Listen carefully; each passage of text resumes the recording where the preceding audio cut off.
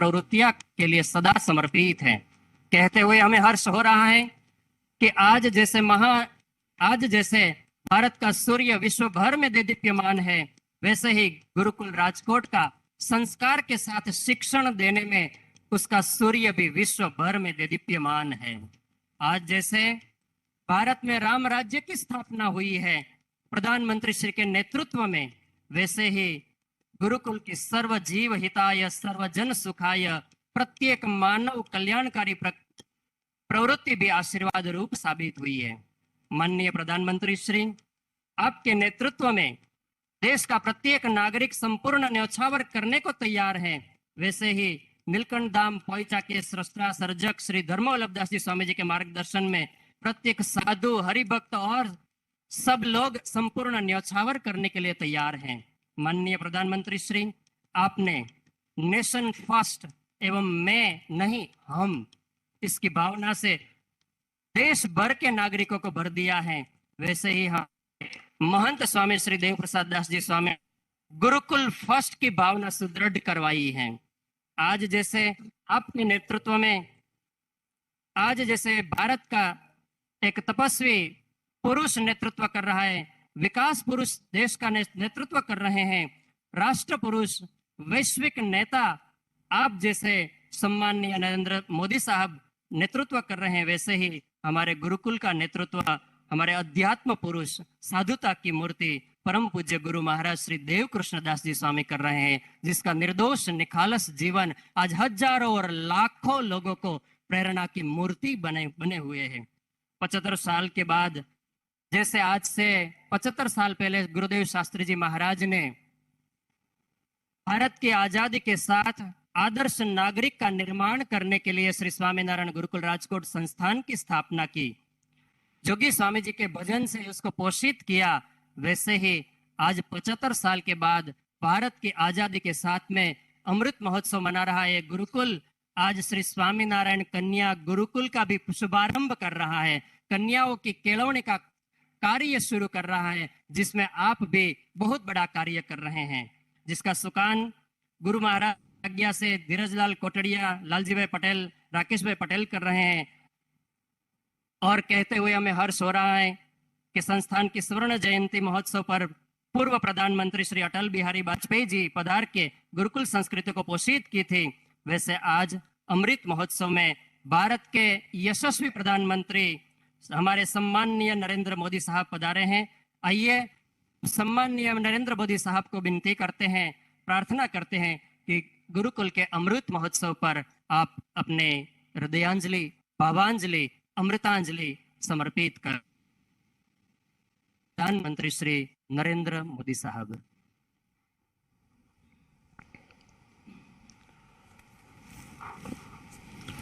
जय स्वामीनारायण।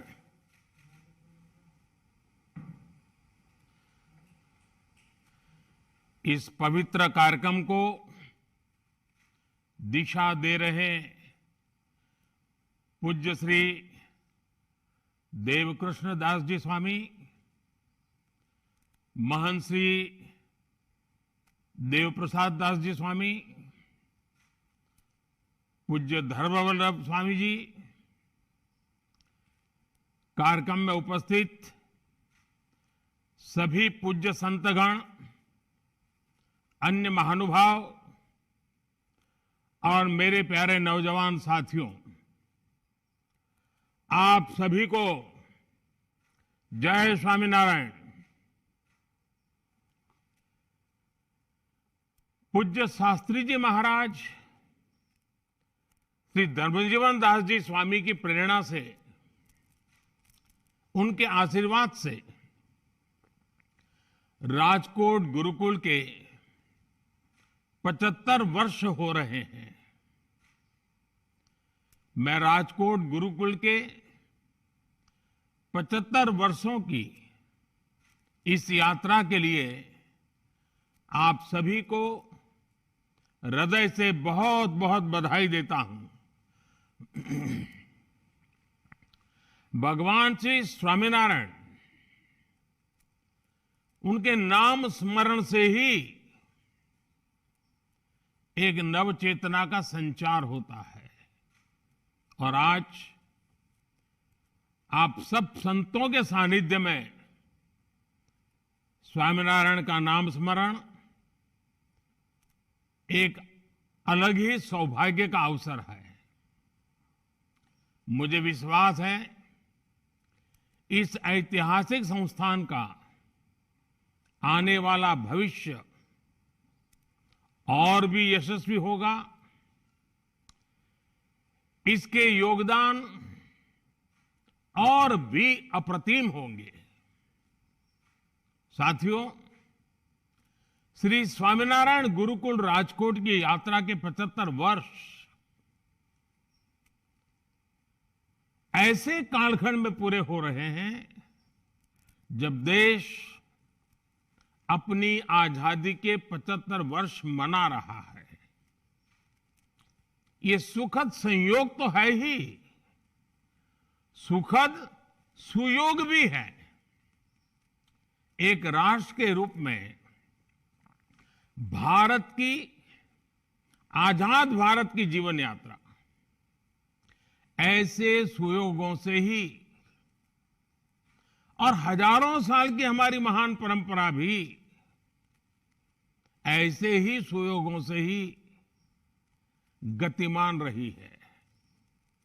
ये सुयोग है कर्मठता और कर्तव्य के सुयोग।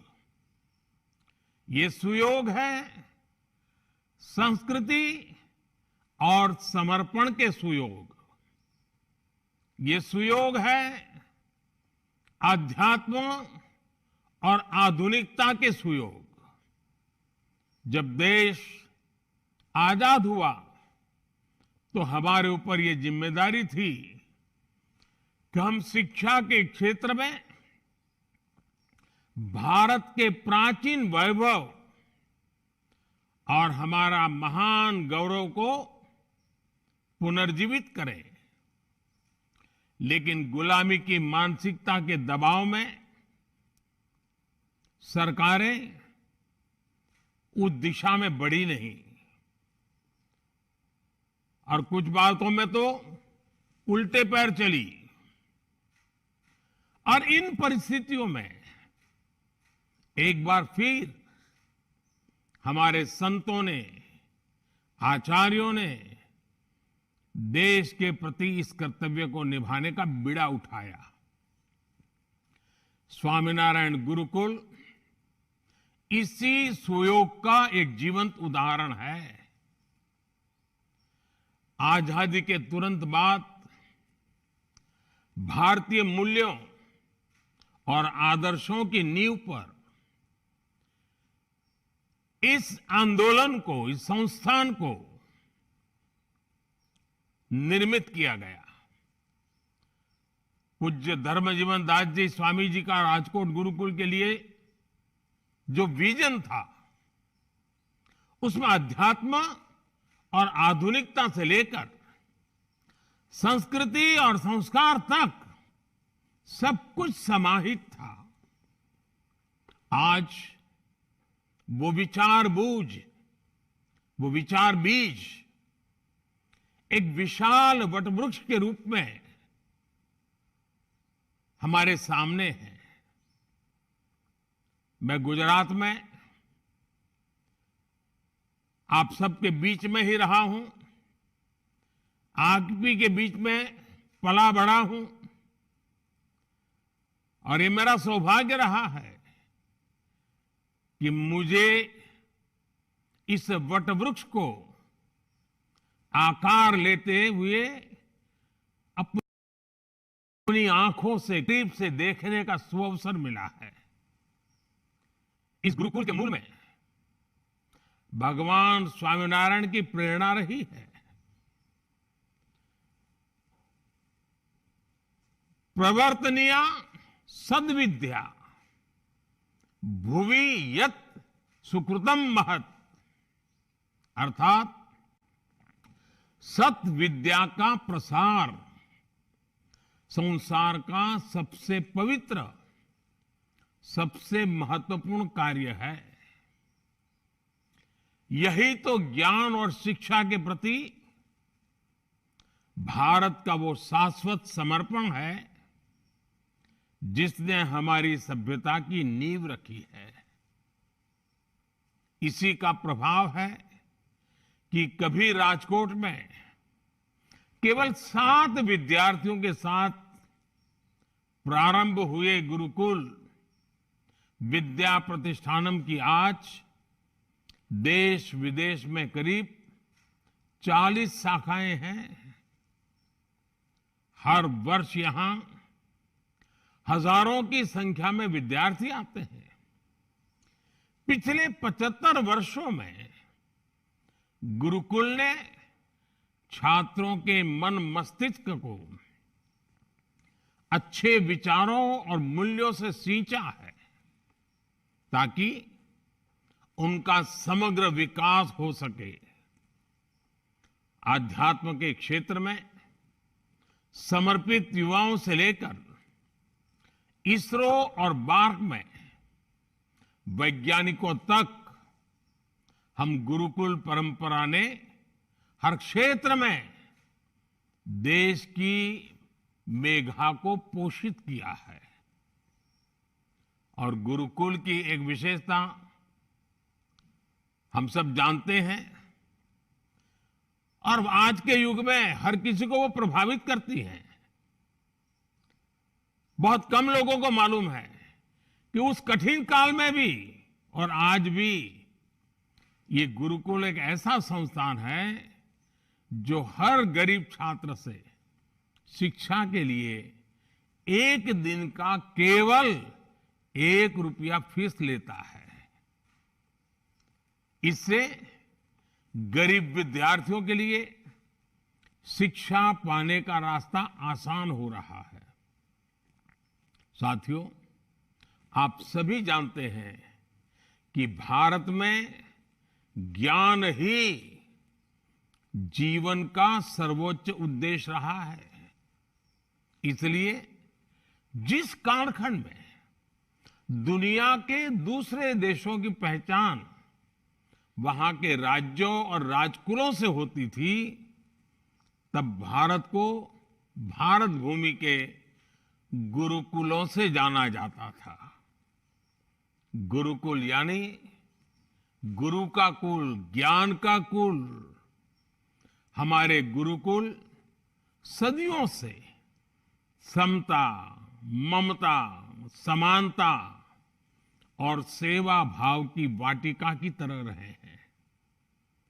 नालंदा और तक्षशिला जैसे विश्वविद्यालय भारत की इस गुरुकुल परंपरा के वैश्विक वैभव के पर्याय हुआ करते थे। खोज और शोध ये भारत की जीवन पद्धति का हिस्सा थे। आज हम भारत के कण कण में जो विविधता देखते हैं, जो सांस्कृतिक समृद्धि देखते हैं, ये उन्हीं शोधों और अन्वेषणों के परिणाम है। आत्म तत्व से परमात्मा तत्व तक, आध्यात्म से आयुर्वेद तक, सोशल साइंस से सोलर साइंस तक, मैथ से मेटलर्जी तक और शून्य से अनंत तक हमने हर क्षेत्र में शोध किए, नए निष्कर्ष निकाले। भारत ने अंधकार से भरे उन युगों में मानवता को प्रकाश की वो किरणें दी जिनसे आधुनिक विश्व और आधुनिक विज्ञान की यात्रा शुरू हुई। और इन उपलब्धियों के बीच हमारे गुरुकुलों की एक और शक्ति ने विश्व का मार्ग प्रशस्त किया। जिस कालखंड में विश्व में जेंडर इक्वलिटी जैसे शब्दों का जन्म भी नहीं हुआ था, तब हमारे यहां गार्गी, मैत्रेयी जैसी विदुषियां शास्त्रार्थ करती थी। महर्षि वाल्मीकि के आश्रम में लव कुश के साथ ही आत्रेय भी पढ़ रही थी।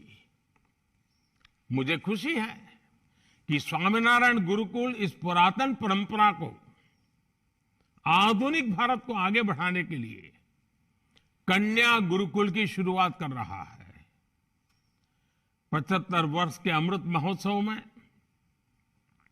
आजादी के अमृत काल में इस संस्थान की शानदार उपलब्धि होगी और देश के लिए महत्वपूर्ण योगदान भी होगा।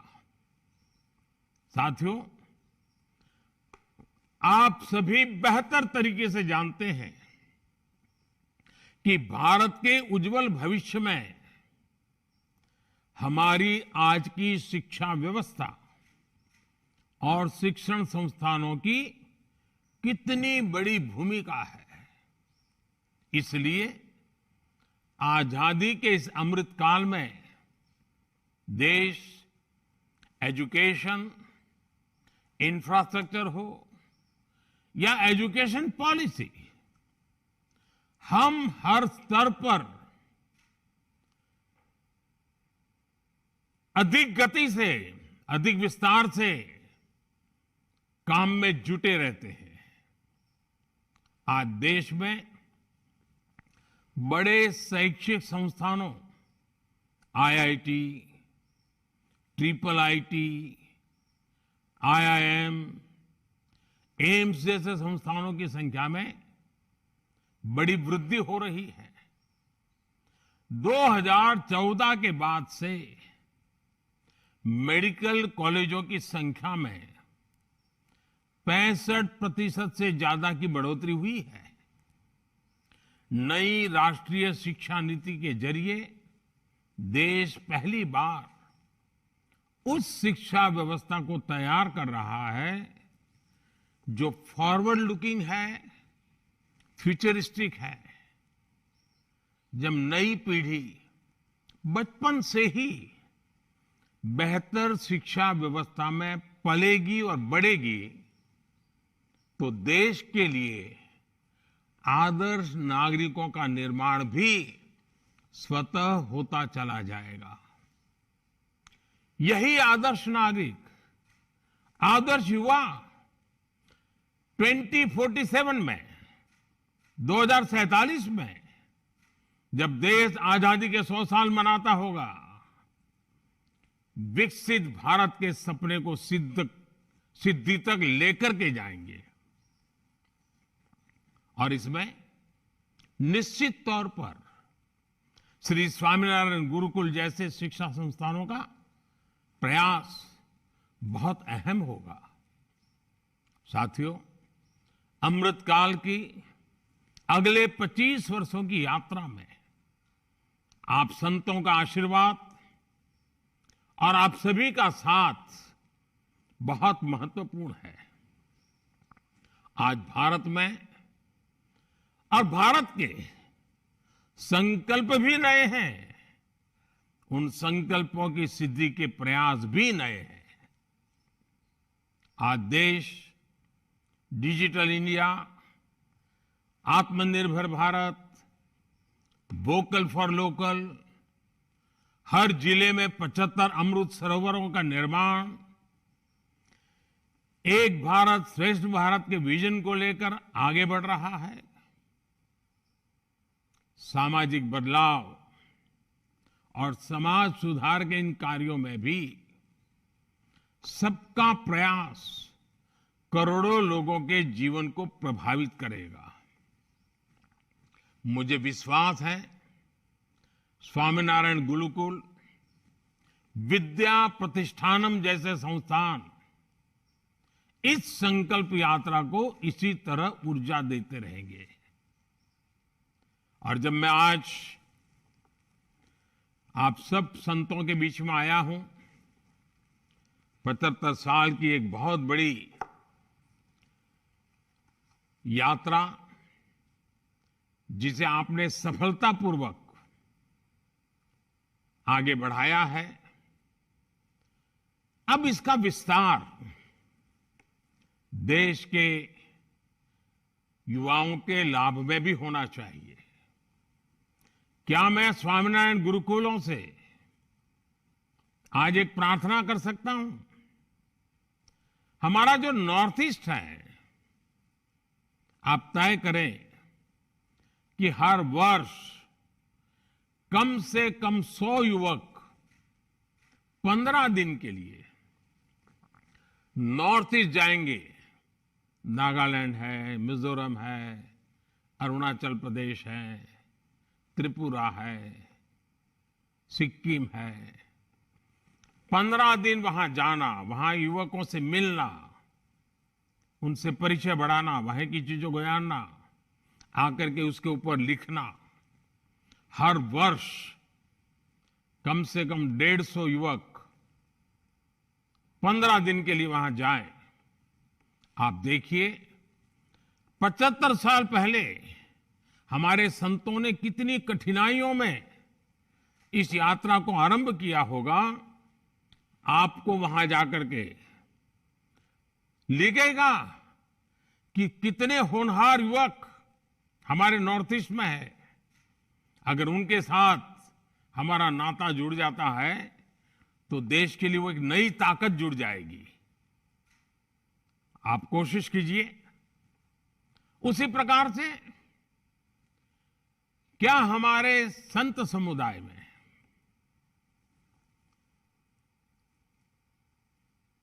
मुझे याद है, जब बेटी बचाओ अभियान हम कर रहे थे तो छोटी छोटी बालिकाएं मंच पर आकर के 7 मिनट, 8 मिनट, 10 मिनट का बड़ा हृदय द्रावक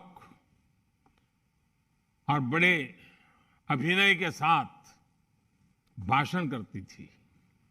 सारे ऑडियंस को रुला देती थी और वो कहती थी, मां के गर्भ में से वो बोलती थी कि मां मुझे मत मारो। भ्रूण हत्या के खिलाफ वो आंदोलन का बहुत बड़ा नेतृत्व हमारी बेटियों ने गुजरात में किया था। क्या हमारे गुरुकुल के विद्यार्थी धरती माता के रूप में लोगों को संबोधित करें कि मैं तुम्हारी मां हूं, मैं तुम्हारे लिए अन्न, फल, फूल सब पैदा करती हूं, मुझे मत मारो। ये फर्टिलाइजर, ये केमिकल, ये दवाइयां, मुझे उसे मुक्ति दो। और प्राकृतिक खेती की तरफ प्रेरित करने के लिए किसानों के बीच में मेरे गुरुकुल के विद्यार्थी इस प्रकार से स्ट्रीट प्ले करे, शेरी नाटक करे। बहुत बड़ा अभियान गुरुकुल हमारे चला सकते हैं। और मुझे खुशी है कि गुजरात के हमारे गवर्नर श्रीमान आचार्य देवव्रत जी के नेतृत्व में प्राकृतिक खेती का बहुत बड़ा अभियान चला है। आप भी जैसे मनुष्य को व्यसन से मुक्ति का अभियान चला रहे हैं, वैसे ही धरती माता को इस प्रकार के जहर से मुक्ति का प्रण लेने के लिए किसानों को प्रेरित करने का काम कर सकते हैं। क्योंकि गुरुकुलों में जो लोग आते हैं वो मूल गांव से, किसानी परिवार से आते हैं। उनके माध्यम से बात बड़ी सरलता से पहुंच सकती है। तो आजादी के इस अमृत काल में हमारे गुरुकुल, हमारे संस्कारित शिक्षित युवक उज्जवल भविष्य के लिए, पर्यावरण की रक्षा के लिए, एक भारत श्रेष्ठ भारत के सपने को साकार करने के लिए अनेक नए विचारों, आदर्शों, संकल्पों को लेकर के चल सकते हैं। और मुझे विश्वास है स्वामीनारायण परंपरा की मेरे लिए बड़ा सौभाग्य रहा है कि स्वामीनारायण परंपरा में जब भी मैं आपसे मिला हूं, जो भी मांगा है आप सबने पूरा किया है। आज जब मैं इन चीजों को मांग रहा हूं, मुझे विश्वास है आप भी इसको पूरा करेंगे और गुजरात का नाम तो रोशन होगा ही होगा, भावी पीढ़ी का जीवन आसान होगा। फिर एक बार आप सबका बहुत बहुत धन्यवाद। जय स्वामीनारायण।